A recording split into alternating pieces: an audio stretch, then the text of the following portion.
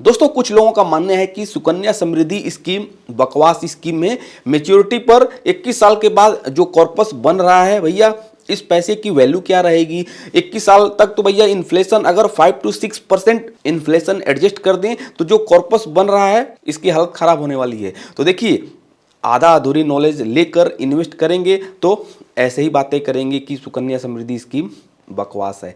तो इस वीडियो को पूरा देखिएगा, आपको क्लियर आइडिया चल जाएगा कि आपको इस स्कीम में निवेश करना चाहिए या नहीं करना चाहिए। यहां पर देख सकते हैं कि मैंने ये सारे पॉइंट्स कवर कर रखा है और लास्ट में मैं आपको ये भी बताऊंगा कि अगर मुझे अपनी बेटी के लिए निवेश करना है तो सुकन्या समृद्धि में इन्वेस्ट करूंगा या नहीं करूंगा, या म्यूचुअल फंड में निवेश करूंगा। तो ये वीडियो बहुत ज़्यादा इंटरेस्टिंग होने वाली है क्योंकि वीडियो के लास्ट में मैं आपको स्ट्रेटजी भी बताऊंगा। और हाँ, अभी तक चैनल को सब्सक्राइब नहीं किया है तो चैनल को भी सब्सक्राइब जरूर कर लीजिएगा। तो चलिए वीडियो शुरू करते हैं। तो पहले हम पॉइंट 5 से शुरू करते हैं। सुकन्या समृद्धि योजना और म्यूचुअल फंड को पहले कंपेयर कर लेते हैं, उसके बाद से इन सारे पॉइंट्स पर बात करेंगे। तो पहला जो अंतर है टाइप, सुकन्या समृद्धि योजना बनाई गई है बेटी की शादी के लिए, एजुकेशन के लिए। इसका पर्पज ये है कि भैया अगर आपके घर में बिटिया रानी है तो उनके नाम पर कुछ पैसा इन्वेस्ट कर दें और ये पैसा जब आपकी बिटिया बड़ी होगी तो उसके एजुकेशन शादी में आप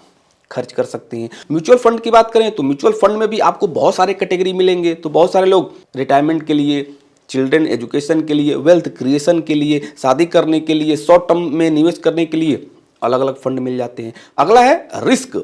सुकन्या समृद्धि में निवेश करेंगे तो गवर्नमेंट बैक्ड है, इसमें कोई रिस्क नहीं है। लेकिन म्यूचुअल फंड में निवेश करते हैं तो इसमें मार्केट द्वारा ये लिंक्ड है। जिस तरह से मार्केट में वोलेटिलिटी रहेगी उस तरह से आपको रिटर्न्स मिलेगा। तो बहुत सारे लोग यहीं पर मात खा जाते हैं कि भैया मुझे इन्वेस्ट करना है लेकिन सुकन्या में नहीं करूंगा, मैं म्यूचुअल फंड में करूंगा। तो म्यूचुअल फंड में निवेश कर रहे हैं तो अच्छी बात है, कोई दिक्कत नहीं है, लेकिन रिस्क जरूर देखिए। लेकिन रिस्क नहीं देखते हैं लोग, रिटर्न्स देखते हैं। तो जैसा रिस्क वैसा रिवॉर्ड। तो सुकन्या समृद्धि में यहां पर देख सकते हैं कि रिस्क ना के बराबर है और म्यूचुअल फंड में रिस्क तो हाई रहेगा ही रहेगा। लेकिन कैसे रिस्क को मिनिमाइज करना है, वीडियो को पूरा देखिएगा, राइट। अगला है रिटर्न।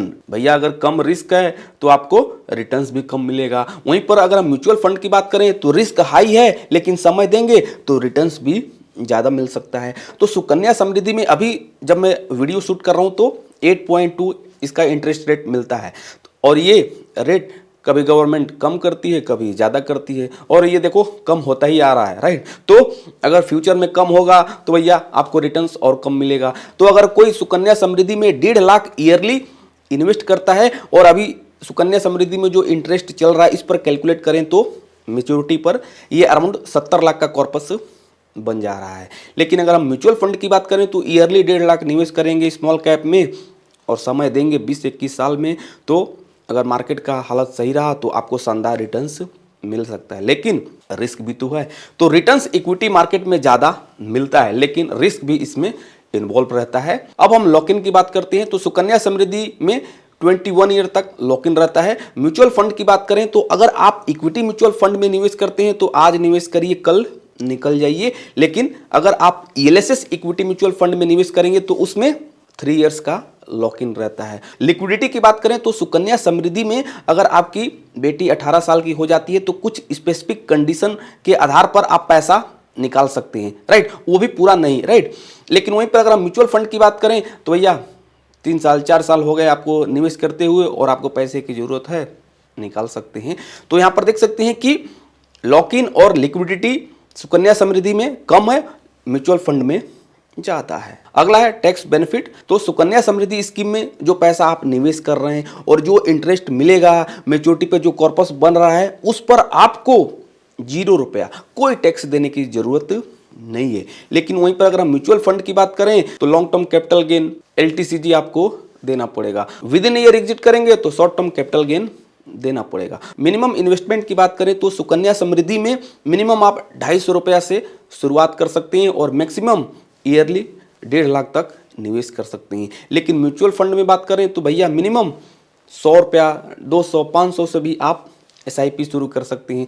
मैक्सिमम की बात करें तो भैया कोई लिमिट नहीं है, जितना मन है उतना निवेश करिए। अगर आप ELSS इक्विटी म्यूचुअल फंड में टैक्स में रिबेट के लिए निवेश कर रहे हैं तो उसमें 1.5 लाख तक का रिबेट मिलता है, राइट। अब हम देखते हैं इन्फ्लेशन, जो बहुत सारे लोग बोल रहे हैं ना कि भैया जो कॉर्पस बन रहा है अगर 21 साल में अगर 5 to 6% इन्फ्लेशन एडजस्ट कर दें तो जो कॉर्पस बन रहा है अराउंड 70 लाख, इसकी हालत खराब होने वाली है। तो देख सकते हैं कि सुकन्या समृद्धि में जो कॉर्पस बनेगा 21 साल के बाद 69.27 लाख हो रहा है, लेकिन इसी पर अगर हम 6% इन्फ्लेशन एडजस्ट कर दें तो 21 साल में देख सकते हैं कि ये 20-20.5 लाख का कॉर्पस हो रहा है। वहीं पर अगर हम म्यूचुअल फंड की बात करें तो म्यूचुअल फंड में भी मान लीजिए कि आपने 1.5 करोड़ का कॉर्पस बनाया तो इसमें भी अगर हम 5 to 6% इन्फ्लेशन एडजस्ट करते हैं तो इसकी वैल्यू 42.5 लाख हो रही है।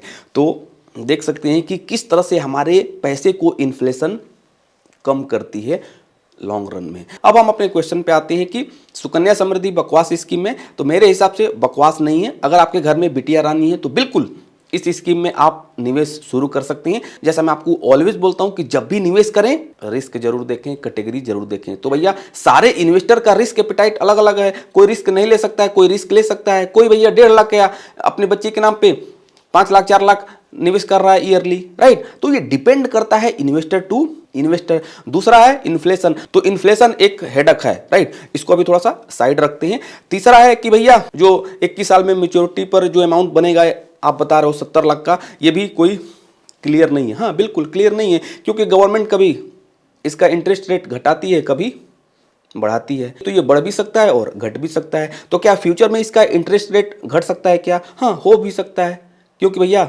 अभी तो ऐसा ही होता आ रहा है।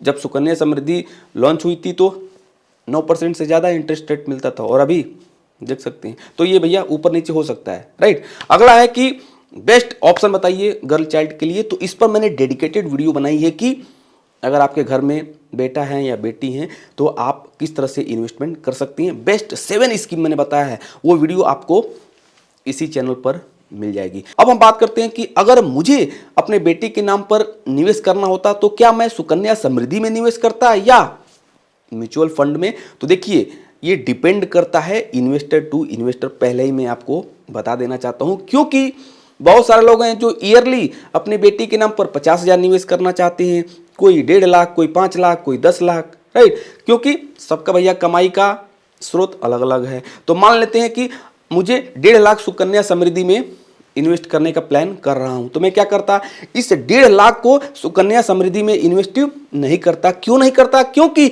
अगर 1.5 लाख ईयरली इन्वेस्ट करूंगा तो 21 साल के बाद जो कॉर्पस बन रहा है उसमें अगर हम 5 to 6% इन्फ्लेशन एडजस्ट कर दें तो ये हमारा कॉर्पस ग्रो ही नहीं हो रहा है। तो मैं क्या करता, 75,000 सुकन्या समृद्धि में इन्वेस्ट कर दूंगा, जिससे रिस्क नहीं रहेगा और भैया धीरे धीरे पैसा ग्रो होगा। दूसरा 75,000 ईयरली में स्मॉल कैप म्यूचुअल फंड या फ्लेक्सी या मल्टी कैप फंड सेलेक्ट करके उसमें निवेश करता। मैं तो स्मॉल कैप म्यूचुअल फंड में ही निवेश करता। क्यों करता? क्योंकि 20-21 साल भैया समय देना है, समझ रहे हैं। तो 20-21 साल इक्विटी म्यूचुअल फंड के लिए सही रहता है अगर आप समय दे रहे हैं। तो इसी 1.5 लाख को मैंने स्प्लिट कर दिया, 75,000 सुकन्या समृद्धि में इन्वेस्ट कर रहा हूं ईयरली और 75,000 इक्विटी म्यूचुअल फंड में निवेश कर रहा हूं। तो ये दोनों पैसा हमारा इन्वेस्ट होगा और 21 साल में ये अच्छा खासा कॉर्पस बन जाएगा। तो अगर इसमें 5 to 6% इन्फ्लेशन एडजस्ट भी करते हैं तो भी अच्छा खासा कॉर्पस रहेगा आपके पास। तो इस तरह से आप स्प्लिट करके निवेश करने के बारे में सोच सकते हैं। लेकिन आपको लग रहा है कि नहीं यार, मैं अपने बच्चे के नाम पर ज़्यादा पैसा इन्वेस्ट करने के बारे में सोच रहा हूं, तो भैया 1.5 लाख सुकन्या समृद्धि में निवेश कर सकते हैं और रिमेनिंग अलग भी कैटेगरी आती है उनमें निवेश करने के बारे में सोच सकते हैं। तो लास्ट में मैं आपको यही बोलूंगा कि अगर आपको 1.5 लाख ईयरली निवेश करना है तो उसको स्प्लिट कर दीजिए, वो आपके लिए ज़्यादा सही रहेगा। 50% सुकन्या में रहने दीजिए, कोई दिक्कत नहीं है, राइट, और 50% आपको इक्विटी म्यूचुअल फंड में निवेश करना चाहिए, वो आपके लिए सही रहेगा। तो इस तरह से आप इन्वेस्टमेंट करने का प्लान कर सकते हैं। आशा करता हूँ ये वीडियो आपको पसंद आई होगी। वीडियो पसंद आई है तो वीडियो को लाइक जरूर करिएगा और अभी तक अपना फ्री में डीमैट और ट्रेडिंग अकाउंट ओपन नहीं किया है तो लिंक मैंने डिस्क्रिप्शन बॉक्स में मेंशन कर दिया है, जाके ओपन कर सकते हो। तो मिलते हैं किसी दूसरे वीडियो में। Thank you.